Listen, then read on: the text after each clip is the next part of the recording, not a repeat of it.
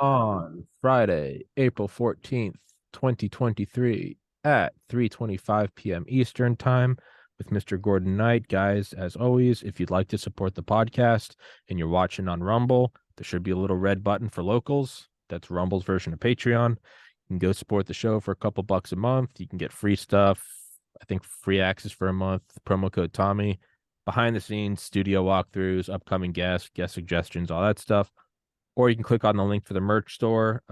All those designs are my own. Taught myself graphic design before I did the podcast, and those are some crazy designs. It all goes to the podcast, making it better and keeping it independent. I can't really honestly say it keeps it independent because that implies I have advertisers, which I don't. But it sounds better when I say it helps me keep the show independent. Mr. Gordon Knight, please introduce yourself, sir. Sure. Well, I'm happy to be here, Tommy. My name is Gordon Knight. I am a bit of a peculiarity. I am a small business owner, and I say small, Tommy. I am the business most of the time. I publish electrical guidebooks, the sort of thing you buy at a Home Hardware or Home Depot, that kind of thing, to wire your kitchen or your bathroom safely. And I've been doing that for the Canadian market before. Technically, the company's been around since before I was born. About 5 decades we've been in business doing these publications. Well, the reason I've sort of come into a peculiar situation worthy of your show is that a little while ago, the Canadian government decided to start their own guidebooks in competition with me. And if you and I, Tommy, just set to aside for a second whether they should be doing that, the fact is they weren't very good at it. And so their guidebooks weren't selling very well. And well, any small business owner will tell you the quick way out of that is to improve your product, to up your game.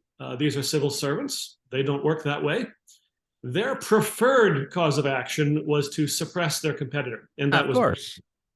and that's what got me, Tommy, into 11 years of trying to defend myself against the might of the administrative state. So that's kind of my little backstory. That's how I got here. There's been a universe of challenge and all this, of course. You know, if you think about like major conservatives that are targeted, we know the names. There's Donald Trump, Roger Stone, etc. But for every one of these big boys, that are high profile, there are thousands of little guys that are targeted just like me. And you never hear about them, but they're targeted in the same way by the same folks in the same administrative apparatus. That's kind of who I am. Yeah, no, it is. You do see the huge names, but yeah, no, you're right. For every one of those is, when someone else gets banned from a massive platform, you hear about it because they're already in sort of the public limelight. But they normally also have another giant following somewhere else where they can then tell you about it. Versus Right. the smaller guys, you can bully them, myself included. I had 5,000 subscribers, which for me was cool. When I got banned, nobody knows, nobody bats an eye. You're just snuffed out, Yeah. right? Now, unfortunately for them, I'm a crazy Irishman with clinical OCD and a work ethic from hell that got me into medical school, and I'm now applying it to fighting these dirty communists that are censoring me. So joke's on them. I'm waging a war of attrition, bringing over every YouTube creator I can to Rumble. I get nothing from it other than the satisfaction of not going down without a fight. But that is what you said. It is when something normally doesn't work, well, then you have to improve it, right? Yeah. And if my show's not working the way I want it to, I have to improve it. Maybe I have to swear less. Maybe I need to cover more topics on the political spectrum and not just my own beliefs. Unlike today, because the air conditioner's not working, maybe you got to put on a nice shirt and comb your hair over and make sure the lighting is correct and invest in a camera and spend money to make money. Again, today's an exception. The other aspect of that is, well, if you have a monopoly, why do any of that? Just squash them, shut them down, use the Yeah. power of the state, do what cowards have done since the dawn of time. And that's kind of what they're getting into with you. It is very much. And, my experience with these people, and I'm going to generalize here in a pretty brutal way, all right? But Sure. when we talk about civil servants, generally, we're not hiring the best and the brightest to run the country. We just aren't.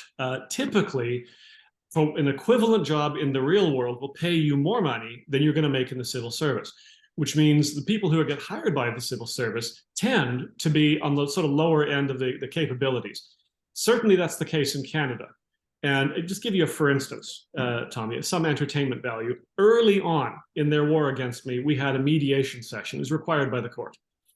And What they were is that? demanding that I, Can you sorry? could you define that for me, please? Yes, it's where you have a person that comes in, usually with a legal background, and tries to mediate between the parties and get a resolution to the thing before it goes into a full-blown court case. Gotcha. That's the idea. It it didn't work, but it was a surreal experience all the same.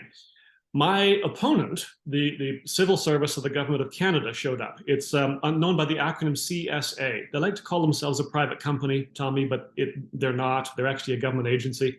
They're trying to get the best of both worlds, you know, the power of government, but the freedom to make money as though they were private. Well, they showed up there, and every single one of these people, I think about 6 of them in the room, are lifers. That is, right after high school, they went into some kind of a certification program in college, and then they come out, get a job with the government, and they stay there for the next 3 decades. So they have no business experience at all. Mm-hmm. It showed. They were demanding that I pay them a royalty for each book that I was selling, each electrical guidebook that I was selling, for the right to refer to the rule of law in the guidebook. Now, they believe that because they draft the law, I see her facial expression, but because they draft the law, therefore, the law is their private property and no one, Tommy, can refer to it without their permission. That was the claim. Okay, so as serious as I try to be sometimes, there's also a deeply unserious aspect of me, and that I will always respect the grift. I work very hard. You know, I could, if I got into medical school, I could have taken that same work ethic and become a investment banker and probably, you know, crash the economy and retire at 30. Now I'm doing this podcast, whatever. Part of me will always respect a grift that doesn't hurt people. Right now, if your grift is human trafficking, no, you're a demon and should go to hell.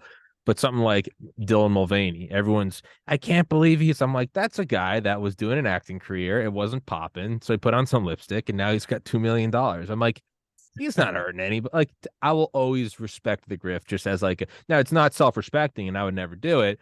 But there is part of me that just laughs and goes, he just got paid. Like, I see you. In that sense, I kind of, in a funny way, it's respecting the grift. But in a less completely unfunny way, because the government sucks, they're trying to monetize the referral to the rule of law the same way that, say, a PlayStation Madden football game has to pay Post Malone if his song is the background music on the main menu. Yes, and it's not just books. Like that's my background is publishing books. Yeah. But you teach a course, for example, in the law, you can't refer to the law in giving instructions on the law without paying a royalty. This is absurd. It's laughable, right? But the thing is, you know, unlike I don't know about Mulvaney, okay, but I mean, a lot of these grifters, they know they're grifting. Like Mm-hmm. it's almost like the artist side of con artistry. Oh, it's Uh, con. these folks, Tommy, they don't know that. They actually believe this is reasonable. To a normal person, owning the law is absurd. To a civil servant, it's reasonable. You know, we had a book at the time that was it was a large 1,100 pages worth of engineering guidebook. It was huge. It was just for engineers. It sold for $127, right? They were demanding a royalty of $133 per book. Now, that is mathematically impossible. But to the civil service, they thought that was completely reasonable because in their universe, it's a monopoly. So if you've got to make a royalty that exceeds the retail price of the book, well, you just triple your price overnight. Job done. But in the real world, if I triple my price overnight, I'm out of business overnight. But you see, this is the challenge in negotiating with someone who has no business background at all, but they've got the power to wipe you out based on these false assumptions of what you can pull off out of a royalty.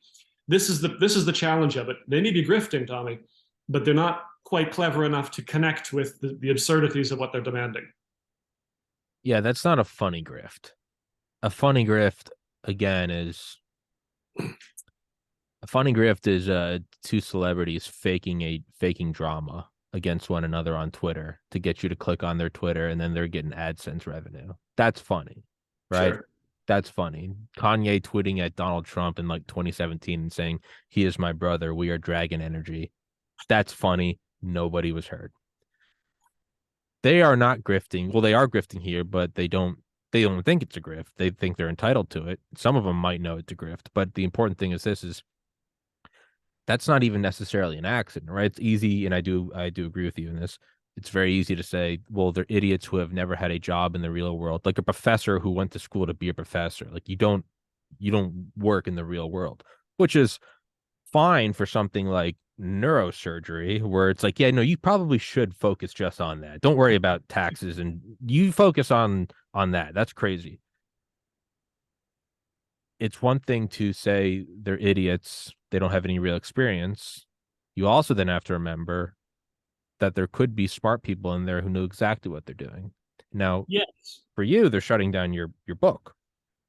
What yes. about when you are directly going against, say, violations of civil liberties? Maybe you are writing a story about Guantanamo Bay or about domestic NSA surveillance. And now all of a sudden, those funny guys at the government who don't know how to do math bring down the power of the state on a Julian Assange, on a Bradley Manning, on a Edward Snowden. Yeah. No, you're correct. And by the way, I caveated that by saying this is a generalization. Oh yeah, no, of course, yeah, no, I got you. Like we've had over 11 years now. I did run a blog for a while called restorecsa.com, and it did exist. It had a very good following until the government shut it down.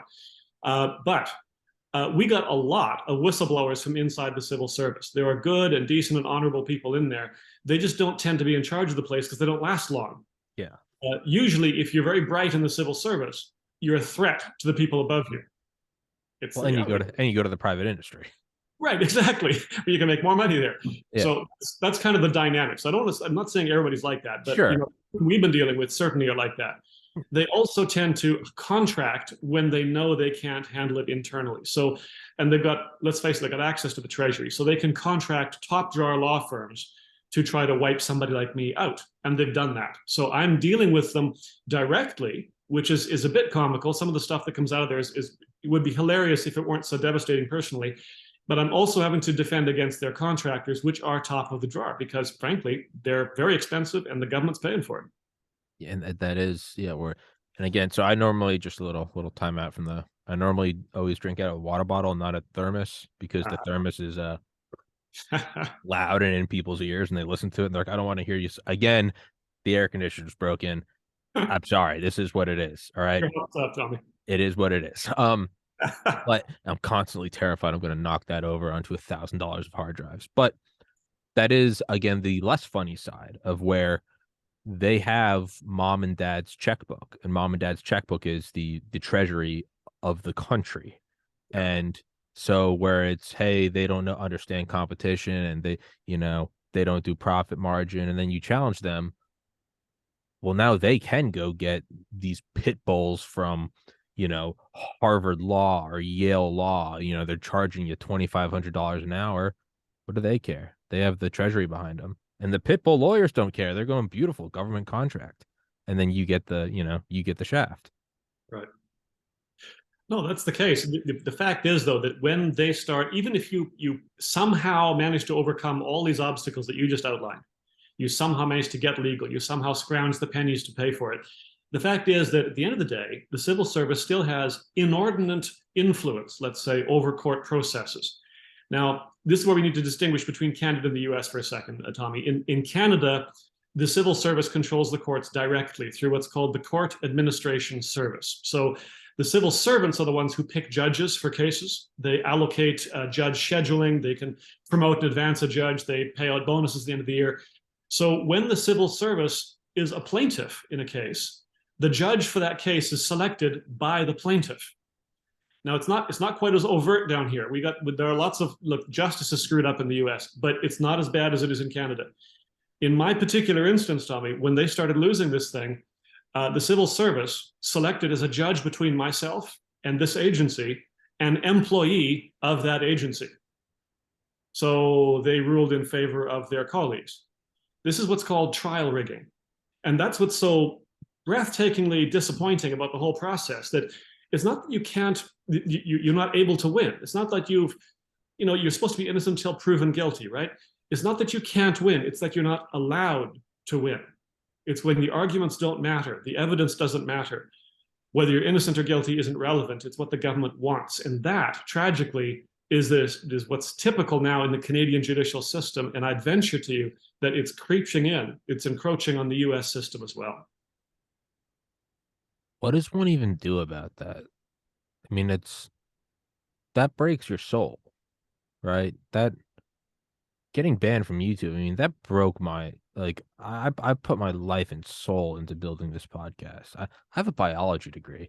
I have no idea how audio visual works. I don't know a thing about lenses and f-stops and bit rate and this is all this is the alien artifact crashing into the desert and you go look at the hieroglyphics and I'm like, I don't what does that mean? And like somehow piecing it together and getting it going and having that taken away from me, and then there was no reprisal. You email them and they say, you've been banned because you're a whatever, a racist. And I'm like, I don't need what? And then they kick you off, and no one feels bad for you because they're like, well, you were spreading misinformation about a pandemic. And I'm like, I interviewed Dr. Malone, the inventor of the That's who got me banned. Yeah. And it breaks your soul, but at least I found alternative video hosting websites and you go, well, let's just start again. Ultimately, I'm an entrepreneur and I'm doing what I want and no one's owed me anything. So it's like, if you really want this, you're going to find a way. And I am finding a way, knock on wood. That's got to tear your soul out of your chest when you are fighting the government. And there is no, well, I'm going to go to the other Canadian government. No, it is the monopoly. It is the state. Well, I don't like the federal government in DC. I'm going to go to the federal government in Boston. No, no, no, no, no. The demon has tentacles everywhere, and there's only one. That's got to break your soul. It absolutely does. And demoralizing is probably the word I'd use. But Sure. In a specific example, Tommy, I had to, it was 11 years worth of legal, all right? 11 years worth of trying to defend myself through 8 litigations in 3 countries. There's a lot of law going on here. To hold my costs down, I'm doing a lot of my own legal work. So I have a lawyer who presents, but I have to hold the cost down. I do the research, I do the writing, that kind of thing. So you get good at it after a while. On one occasion, about halfway through this journey, I had to file one piece of paper, like a single 8.511 piece of paper with the local court, the clerk of the court.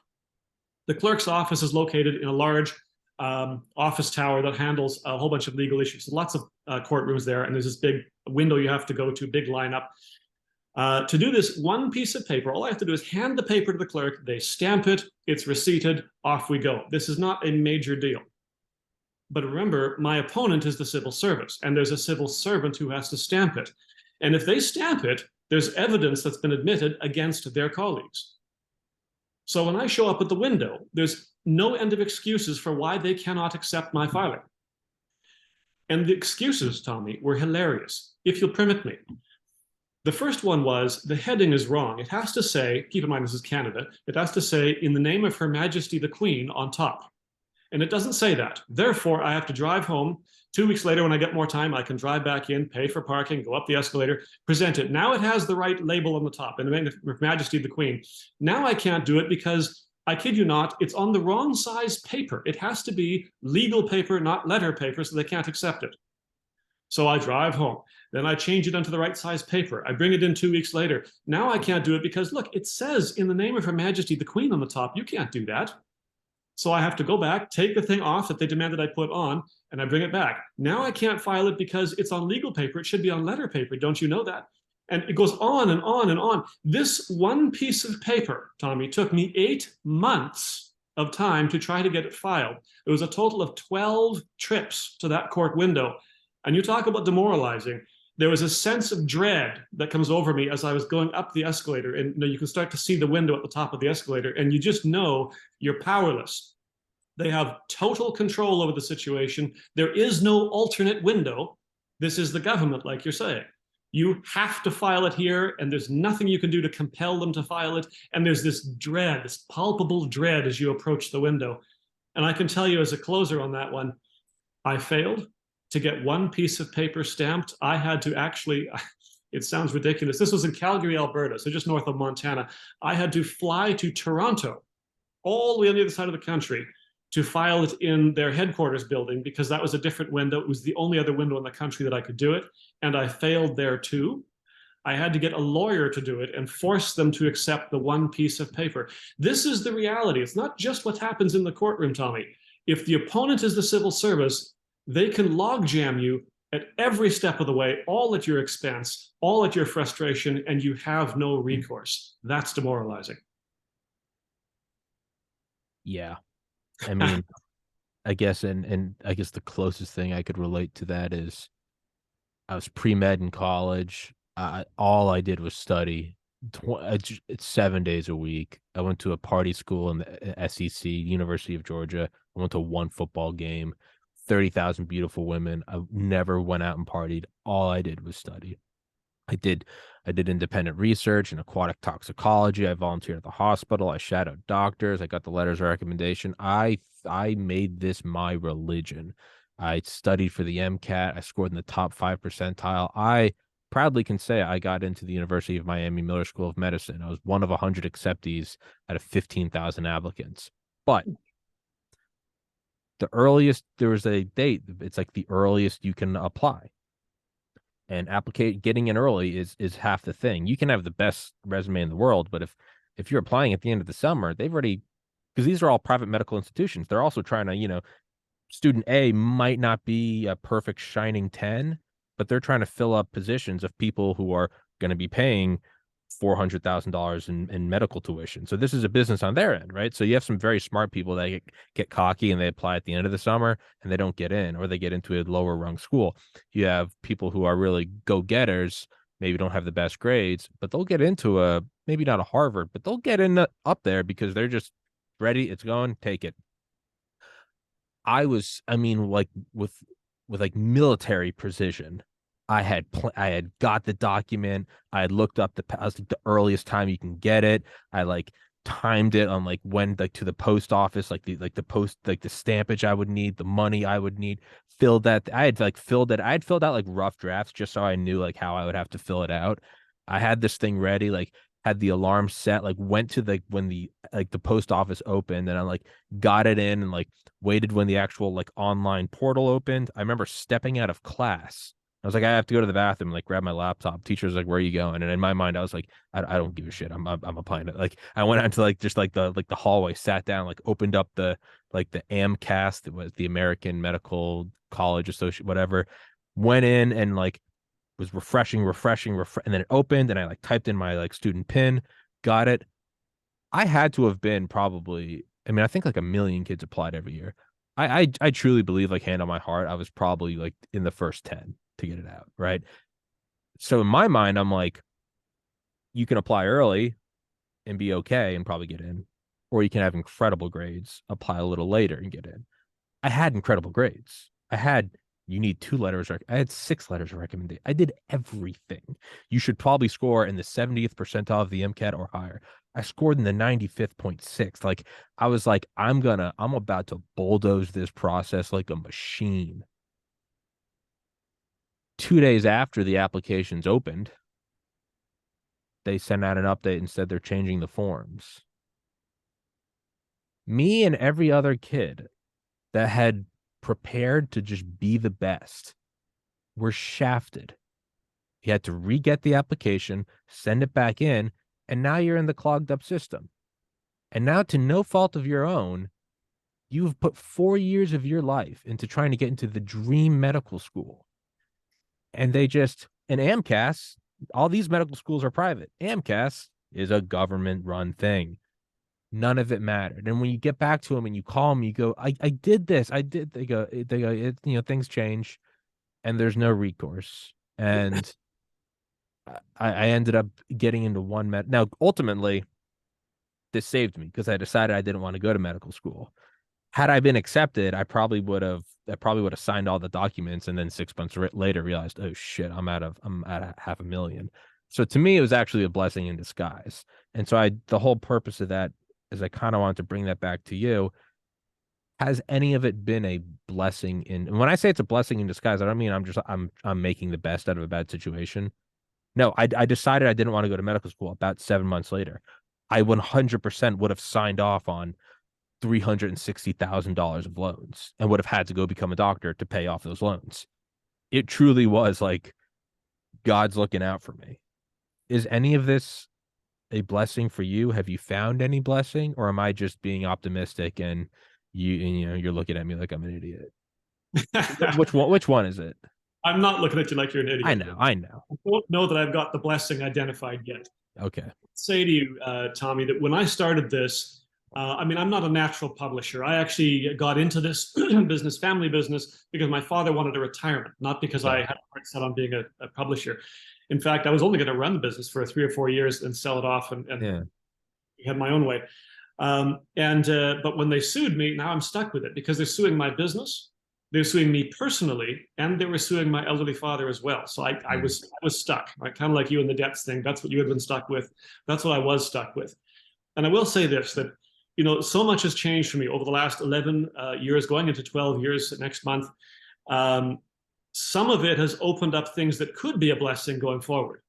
I happen to know, and there's a limit to what I can say on this one, but I'm chatting with certain political figures in the US because I happen to know that the Canadian government, this CSA agency, is active on US soil illegally. And they're trying very hard to implement privately owned laws in the United States because CSA already writes about 200 laws in this country. So that would make a foreign country the owner of domestic laws in the United States. It's a bit surreal. And so you start to spool this out. And if I hadn't gone through this, I wouldn't know this stuff. I wouldn't have had the research to put into this. I mean, for what it's worth, my first degree was in history, so I know my way around an archive. I have researched CSA, this government agency, up and down in archives in this country, in Canada, and in the United Kingdom. I know my stuff, right? So none of what I've researched would likely have hit the light of day because frankly, Tommy, most of the time we talk about like regulatory and electrical, which is what this agency does.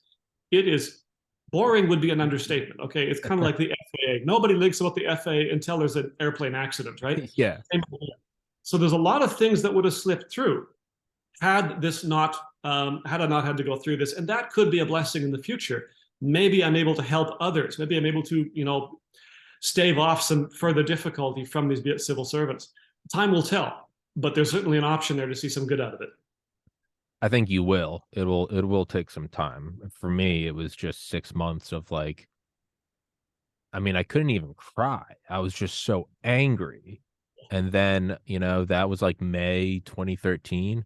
I graduated in December, and I started to have this little kind of voice that I had been suppressing for the last year or so. It was like, I'm not that happy. Like, I don't know if I want to do this. And oh, shut up, you're gonna be a doctor. And I don't know. And I finally kind of got the balls to tell myself, like, I don't want to do this. And you know, it took me that long to go. There was a blessing in this, and actually, it's not. It's kind of funny in that the universe is funny and it's apathy. It's sad in that. So I decided I was like, I think I want to go to pharmacy school. I was like, it's a lot less insane than medical school. It's like a 50th of the price. I can have a normal 9 to 5 life. I'm not going to be going and being on call at 1 in the morning until my 50th year of practice.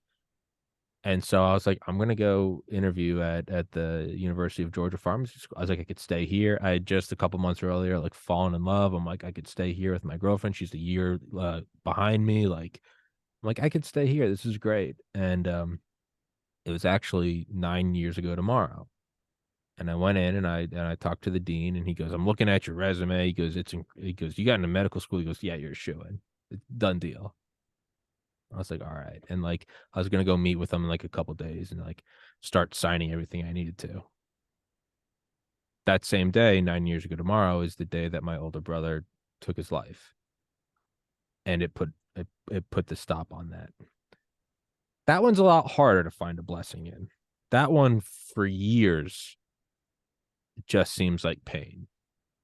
But 9 years removed now, I'm doing my own podcast. I'm my own boss. I wake up at noon every day. I go to the gym. I listen to audiobooks.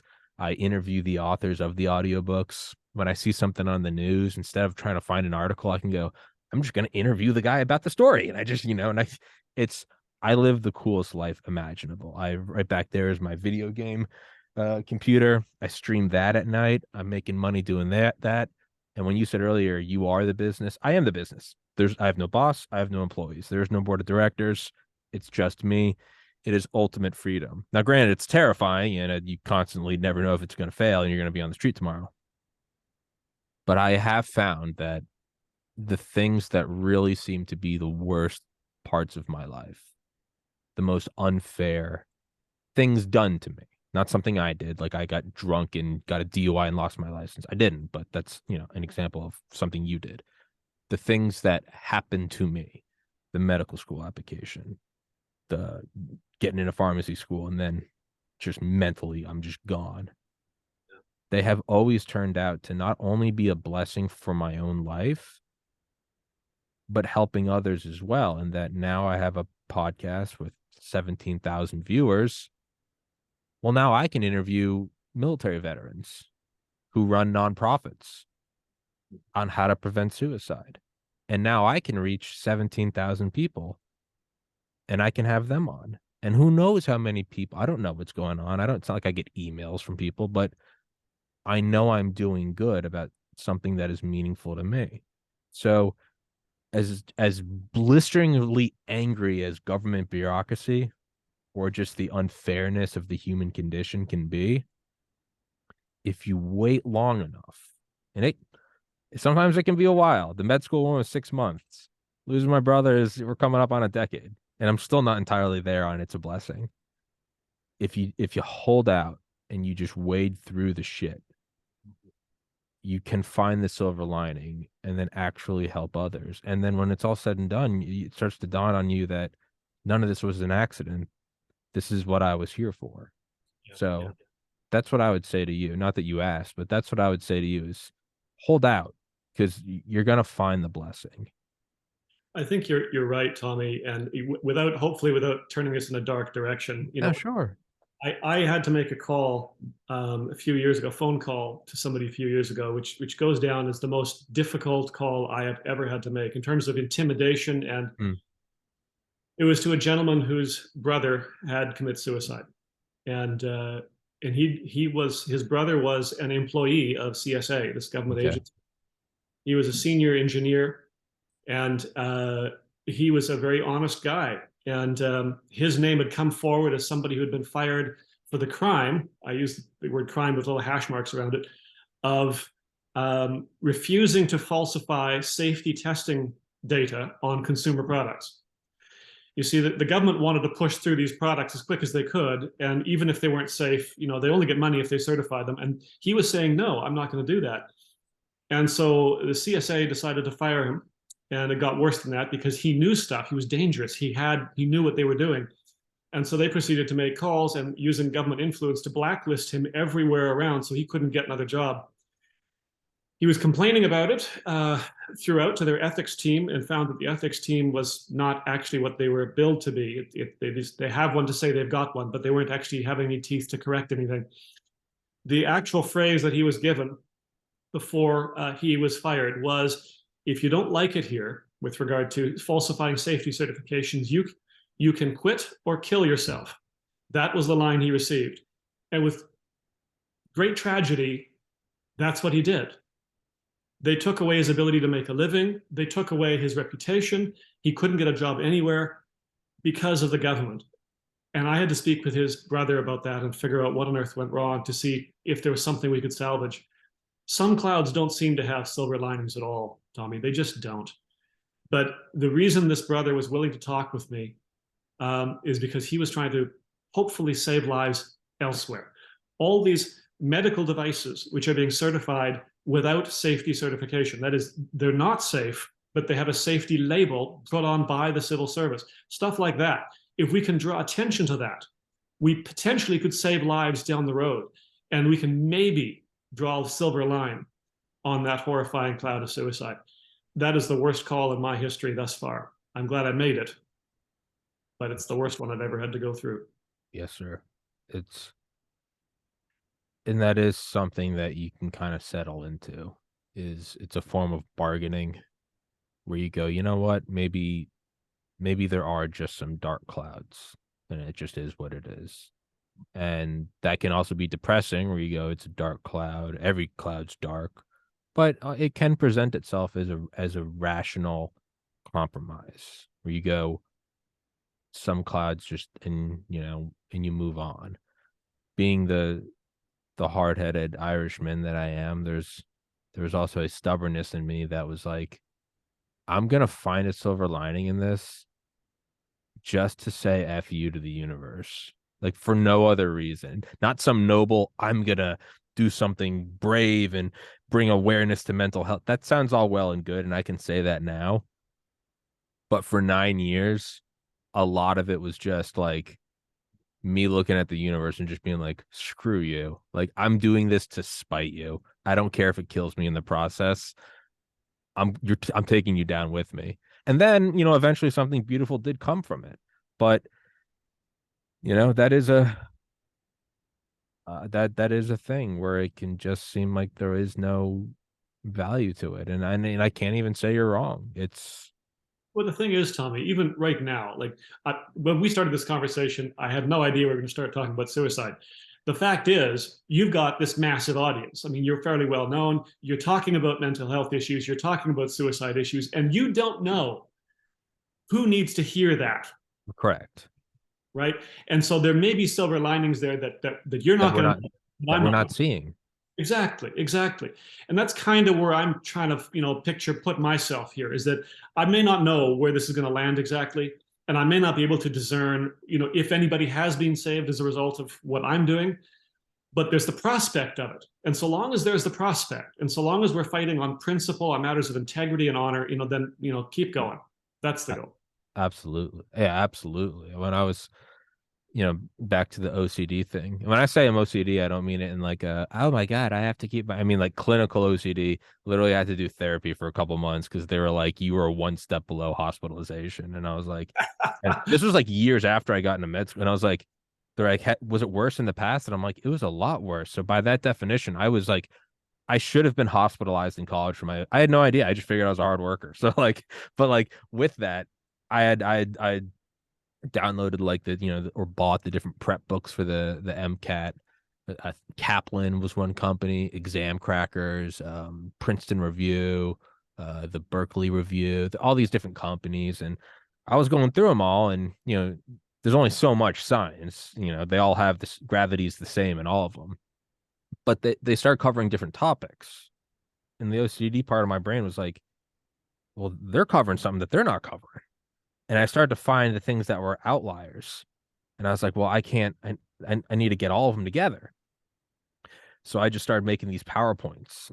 I mean, I'm talking 900 to 1,000 pages long of like the stuff that should all be in one total book, but none of them are doing it. I think what I did was technically illegal and plagiarizing, but it was over a decade ago, so whatever.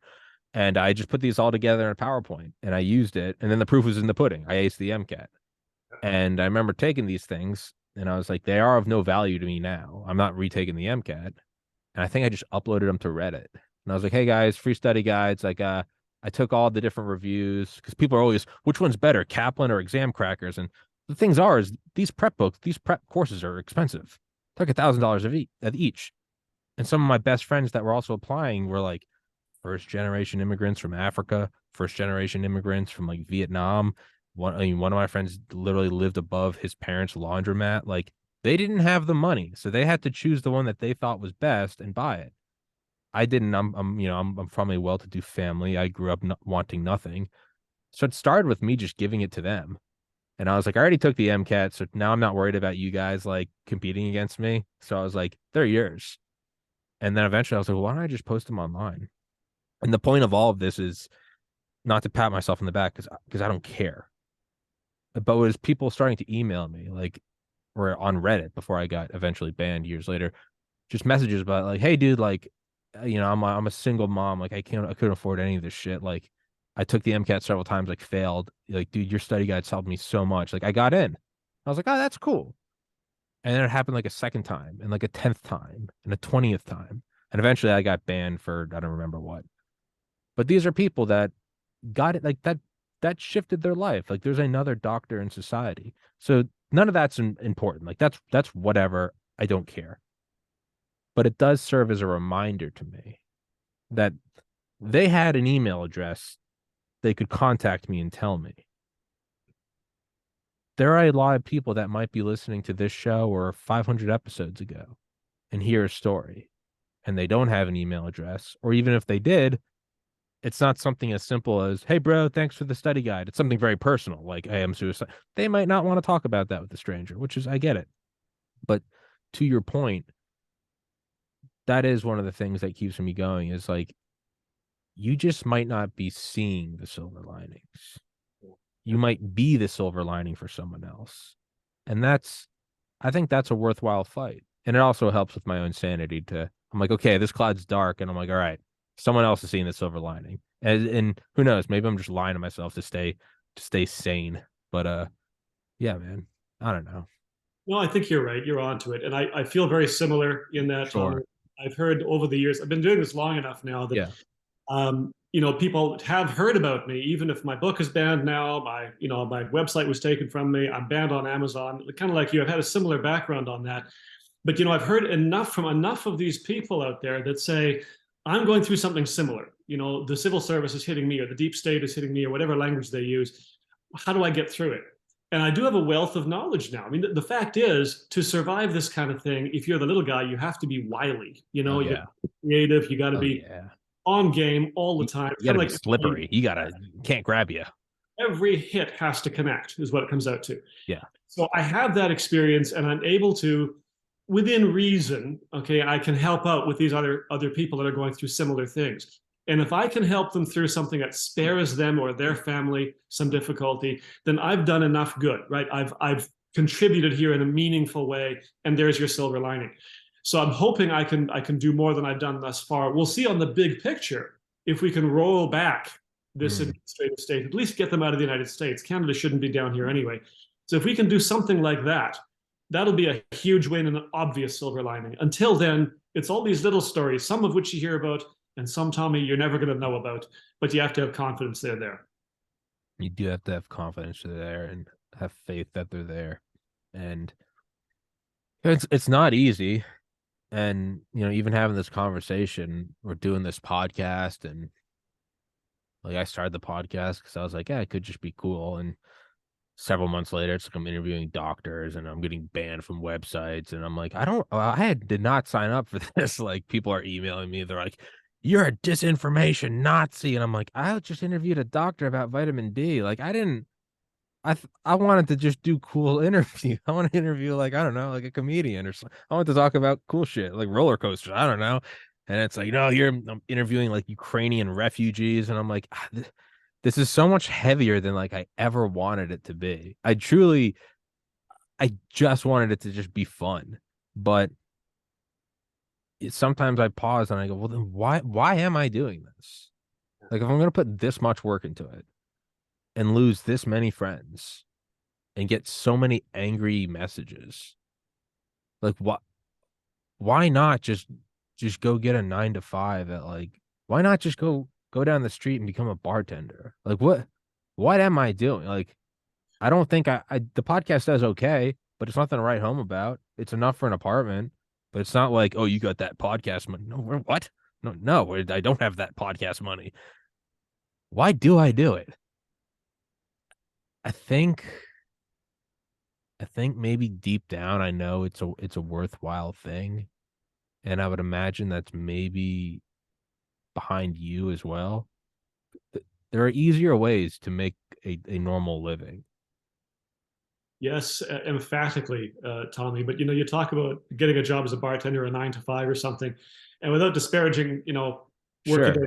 The simple fact is that if you have an OCD issue, and you said you do, you probably would find those things less than fulfilling. I mean, the fact is, you look at like Hollywood, the really successful Hollywood producers are usually they have OCD or some kind of bipolar disorder or something that puts them into frenetic activity. Yeah, You stick someone like that in the mailroom of a multinational corporation that's and true. talk about suicidal. I mean, this is the reality. I think that you have gravitated to something that is very fulfilling because it's very varied.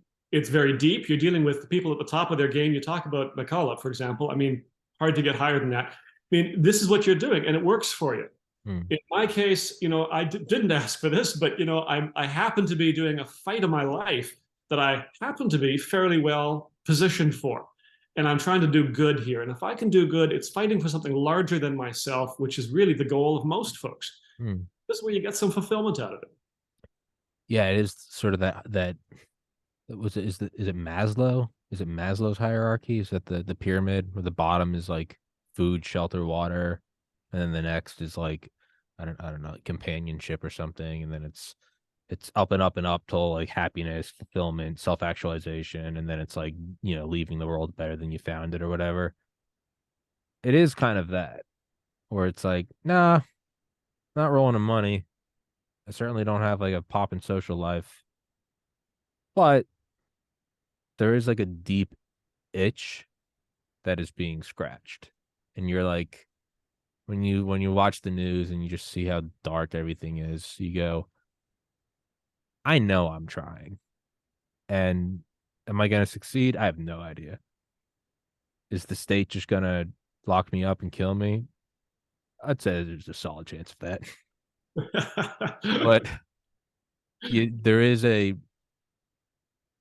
deeper piece that when you lay down and you sleep well at night, I always think of like there will be a time when I lay down and I don't get up, right? There's a time when you're gonna be, I guess the archetype is you're laying down on the hospital bed and it's you're not getting back up. I don't want to be full of regret in that moment. I want to probably be scared. Who isn't scared of death?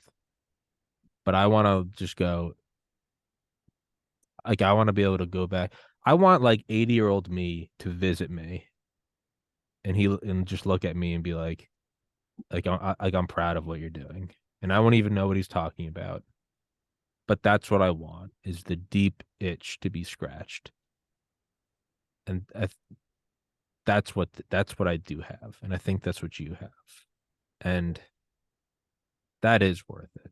It's a terrifying journey. It's incredibly lonely. It's soul crushing. It is disillusioning, demoralizing. But when it does work, it's like dipping into a hot tub for your soul.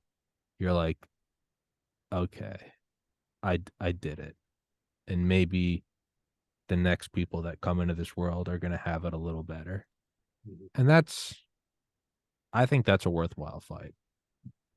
I think you're right, Tommy. And I'd look at it. If you think of, you hear about these boxers that step into the ring Hmm. and they fight these, opponents that inside they're very intimidated by, but they don't let it show. And they get through it. Never mind if they win or lose, but they faced their Hmm. biggest, and they sort of walk with an air that they've got nothing to prove. Hmm.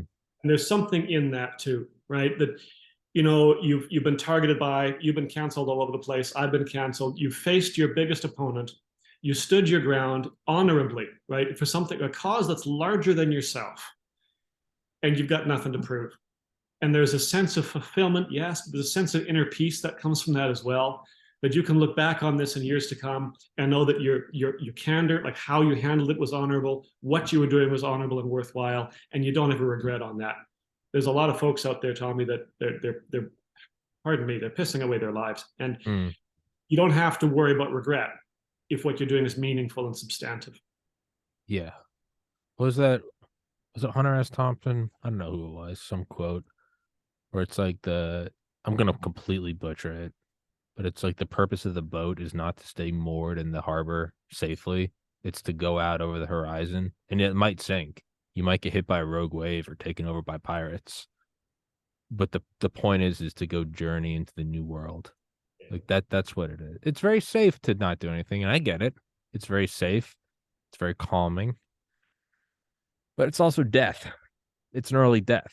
You're doing nothing, and it does end. This will eventually end, and I just want to know that like I had the balls to go do it, whatever it is. To just It comes to the question, the meaning of life. And yes, we're getting deep here, aren't we? But it's the truth. That's what sort of it comes down to. And your life is not, you're not here to live in a shrink wrapped kind of existence. Your yeah, boat never leaves the harbor. You're here to put responsible risk in place, to try to accomplish something of note, something larger than yourself. And if you do that, well, you've met some of that purpose, haven't you? yeah. That's where you can obliterate regret in the end of your years. And then I also, and this is like a personal belief, I also think that like if we are here on some reincarnation cycle, if you don't do it, you just got to do it next time. So it's like not only should you do it, but like you have to. Now, I know obviously is that true? I have no idea. I can't know that that's real, and I only kind of believe that. But like on the off chance we are here on a karmic cycle, like I was just saying, I did very well in college, except for math. I failed and then withdrew, so I didn't actually get the F. If you withdrew before the midterms, it was just called a withdrawal.